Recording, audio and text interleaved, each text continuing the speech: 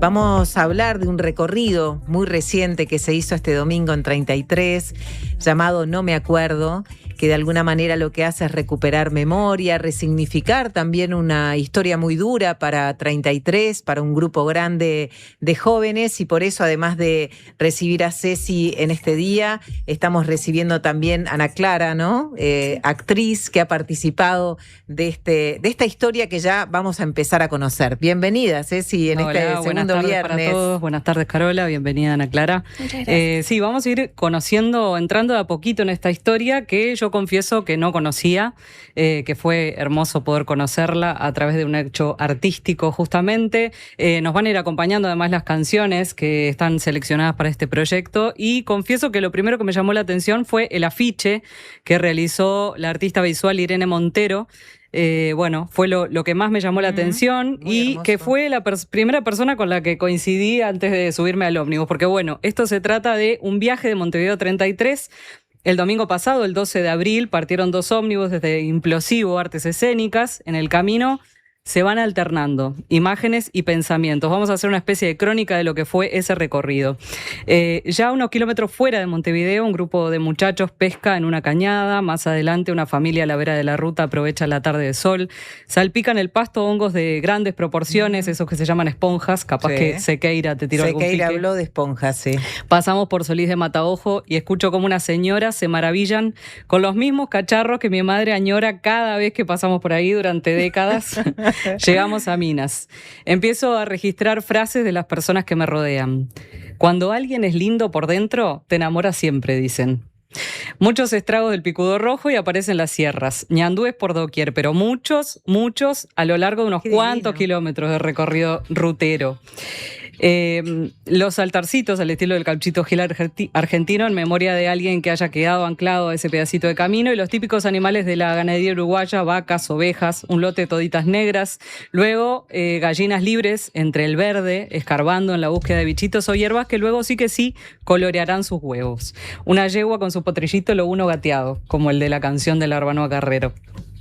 Qué lindo te sale todo este estilo campero. 4 gavilanes comiendo carniza en el suelo, Mariscala, Pirarajá con su mini cementerio rodeado de arbolitos, y la forestación partiendo cerritos con sus hileras perfectas de eucaliptus en 2, un grupo de troperos, entre ellos una niña arreando una Hereford. Vamos entrando en 33 capital, un mismo día en el que 51 años atrás cambió la vida para un grupo de adolescentes olimareños. Pienso que este viaje es como el que aquel grupo de jóvenes en 1975 hizo hasta La Esmeralda para vivir un campamento, una convención en la que pensar el mundo que querían cambiar. Y se mezclaba en este viaje la ilusión, la aventura y el sentido de comunidad de ir a compartir una experiencia. Y escucho: lindo pueblo, arroz y perros. Parece que los espectadores se van adentrando en la poesía. ¿Qué íbamos a hacer? Participar de esta intervención urbana llamada No me acuerdo. ¿Y quién impulsó este proyecto artístico social? Ana Clara Sosa, que es quien nos acompaña hoy, que es oriunda de 33, así como Matías, nuestro productor y co-conductor. Contanos, Ana Clara, un poco qué historia es la que saca del olvido este trabajo. Bueno, muchas gracias en primer lugar por recibirme.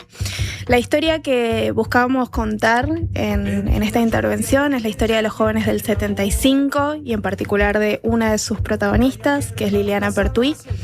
Para dar un poquito de contexto, porque a lo mejor no todo el mundo conoce el caso, el 12 de abril, entre el 12 y el 13 de abril de 1975, 25 menores de edad pertenecientes a la UJC, a la Juventud Comunista, fueron detenidos por el gobierno dictatorial, privados de su libertad y por supuesto sometidos a todo tipo de apremios físicos y psicológicos. Estuvieron primero un mes en el batallón de infantería número 10 de la ciudad de 33, y después los trajeron para el Consejo del Niño, acá en Montevideo, donde estuvieron hasta el 31 de octubre de ese año, que fueron liberados. Cuando los liberan y vuelven a su ciudad, se encuentran con que el Comando General del Ejército había emitido un comunicado donde los acusaban de haber formado parte de ese famoso retiro en La Esmeralda, donde habrían cometido todo tipo de competencias sexuales, intercambios de pareja, orgías. Recordemos, adolescentes de entre 12 y 17 años. Y por supuesto, la moral pueblerina de aquella época, eso no lo vio con buenos ojos, entonces la mayoría de ellos se vieron obligados a dejar su pueblo. Ninguno de ellos pudo volver a estudiar hasta el retorno de la democracia. Y por supuesto se vieron marginados y excluidos de ese lugar que los vio nacer, ¿no? Entonces, a través de la historia de Liliana, de su vivencia personal, de lo que fue esa historia, buscamos contar lo que estos jóvenes tuvieron que atravesar y buscar, de cierta manera, reconstruir. Exacto. Eso. Ahora podemos conversar un poco, vamos a escuchar en realidad a Ximena Echeverría, que es la directora de Implosivo Artes Escénicas, que fue quien, digamos, organizó un poco este trabajo artístico, porque nos narró algunas de las claves del proceso creativo y lo primero fue conocer a Liliana. Cuando bajé de la casa, Liliana, me acuerdo que la miré y le dije, Clara, tenemos que trabajar sobre esta historia, que es una historia uruguaya, que es una historia nuestra, que es una historia en donde tenemos el privilegio de que nos la puedan contar en primera persona. El teatro es efímero, el teatro lo van a ver poquitas personas en ciertos lugares. Nosotros queríamos llegar a otros espacios y que esto tuviera después otro camino, que no fuera solamente el espacio de una función. Y siempre le sentí que no podíamos ficcionarlo. Entonces ahí empezamos con el viaje de que fuera un documental. Vamos a trabajar en bitácoras de trabajo, de cómo nosotras artistas o cómo hoy nos atraviesa esta historia.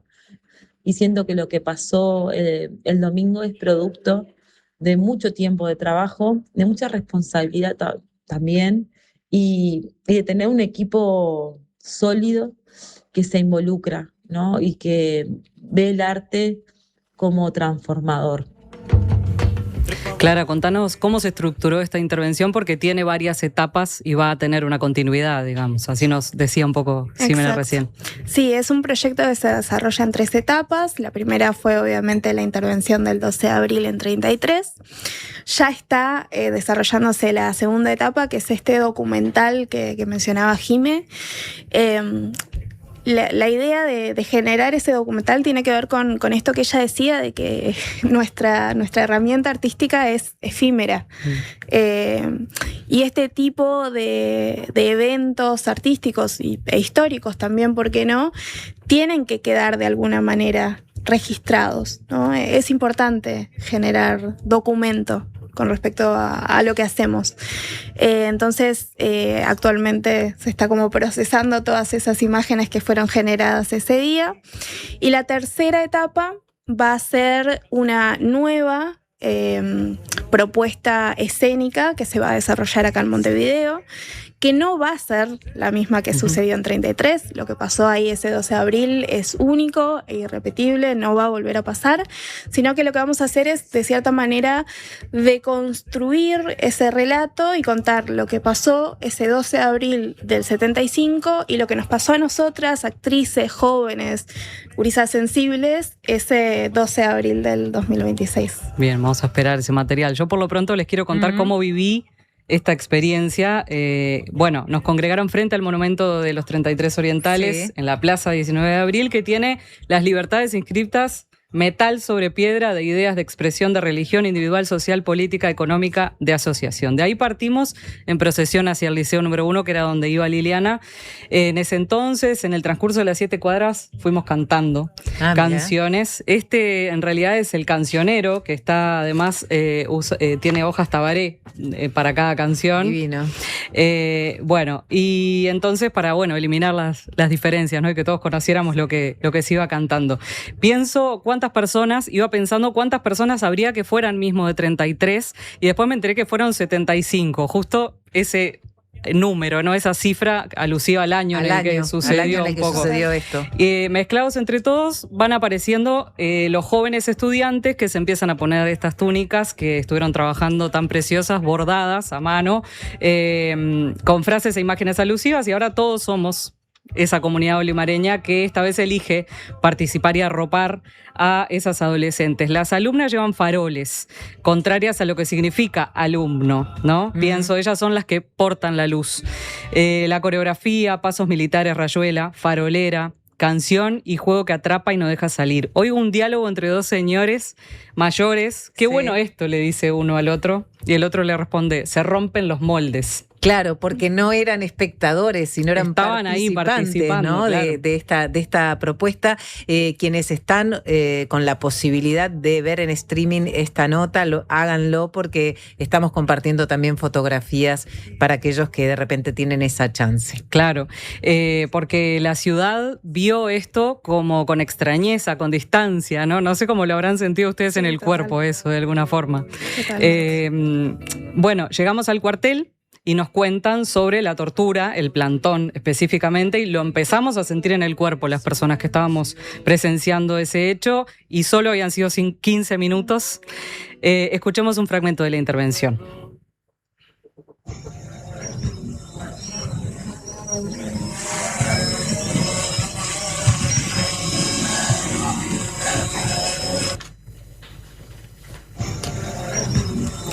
Bien. 5 meses estuvieron en el INAU. Liliana cumplió 16 años ahí, la saludaron, pero ningún gesto de humanidad era suficiente para paliar lo que estaban imponiéndoles de alguna manera. Entonces llegó el comunicado, la arquitectura de palabras, como lo describieron en la intervención, que la sentenció. Oigamos ese comunicado, es el audio 2. Comunicado. Los hechos investigados se originaron en un campamento realizado en La Esmeralda, departamento de Rocha, en enero de 1975. Durante dicho campamento, los participantes convivían en completa promiscuidad, siendo habituales los cambios de pareja en sus hábitos sexuales, llegándose incluso a la práctica de verdaderas competencias de índole sexual. Jovencitas cuyas edades oscilan entre 14 y 17 años contrajeron enfermedades venéreas como consecuencia de estas prácticas. Esta situación es el resultado directo de la prédica marxista y del deterioro moral que ella provoca en la juventud. Terrible, ¿no? Fue la acusación entonces que de alguna manera tú, Ana Clara, anticipabas, y que fue lo que motivó entonces, lo que generó como pretexto para todo este atropello y esta tortura, ¿no? Sí, yo pensaba, si hoy en día todavía quedan esas miradas, en ese momento era tremendamente peor, e incluso no solo por lo que dice el comunicado, también de alguna manera fue algo fundacional en cuanto a lo que es ser militante de izquierda en el interior en muchos casos, ¿no? Sí, totalmente. Es que lo curioso de este caso son como las capas de marginación que van apareciendo, ¿no? Que también creemos que es por eso que no se conoce tanto, porque son menores de edad en el interior y en su mayoría mujeres y además comunistas. Claro.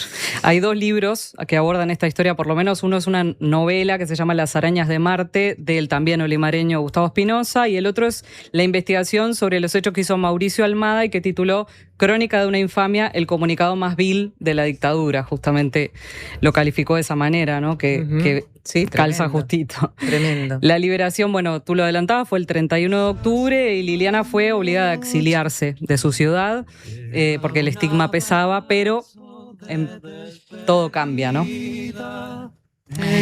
Emprendemos entonces el camino de retorno, el mismo pero en sentido contrario, y los adolescentes ahora sí lucen ropa de época de fiesta. Volvemos cantando canciones, pero ahora son más alegres y es visible la emoción entre las personas y el llanto. Intercambié mi sentir con Soraya Marta, una mujer de 63 años que nació en 33 y a los 15 se fue a Montevideo, pero que, cito textual, un precioso relato que escribió luego de esa vivencia que me encantaría leer por completo, pero no voy a poder. Dice, 40 años pasaron, la vida me devolvía de tanto en tanto al pueblo, hasta que en 2024 volví a despedir a mi madre y me quedé.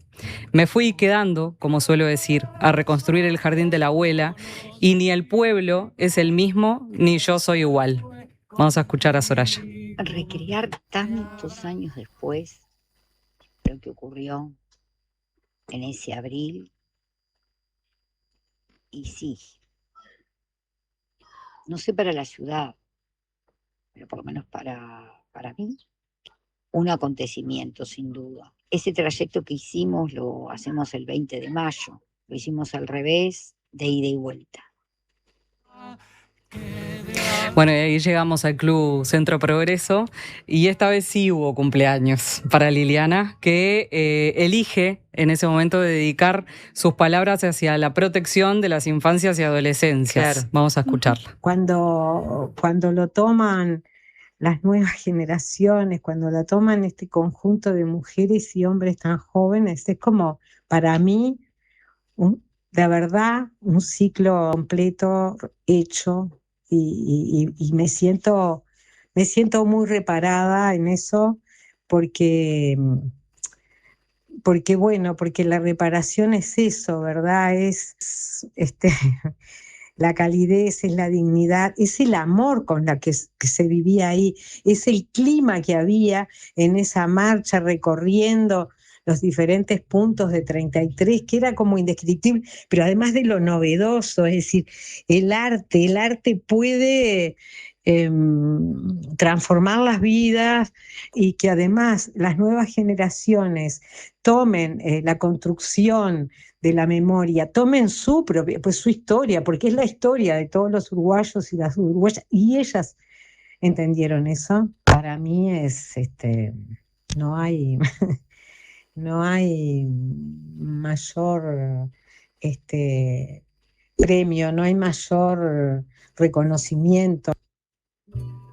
Presté atención a que a Liliana la vistieron de violeta, Sí. que es un poco el color asociado a la transmutación. Ella hablaba de reparación en este momento, ¿no? Y bueno, es como una especie de un acto psicomágico, calificaría Jodorowsky.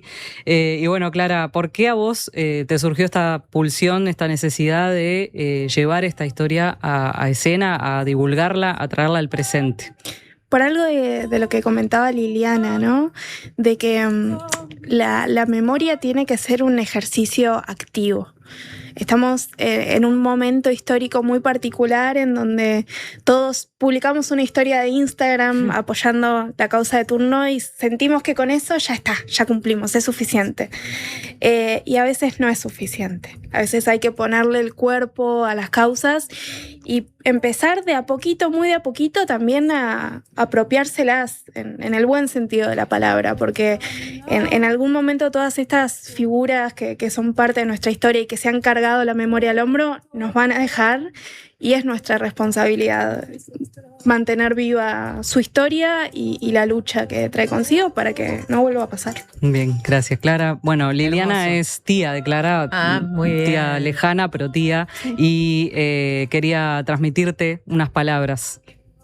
Bueno, y a Clarita, mi sobrina, que fue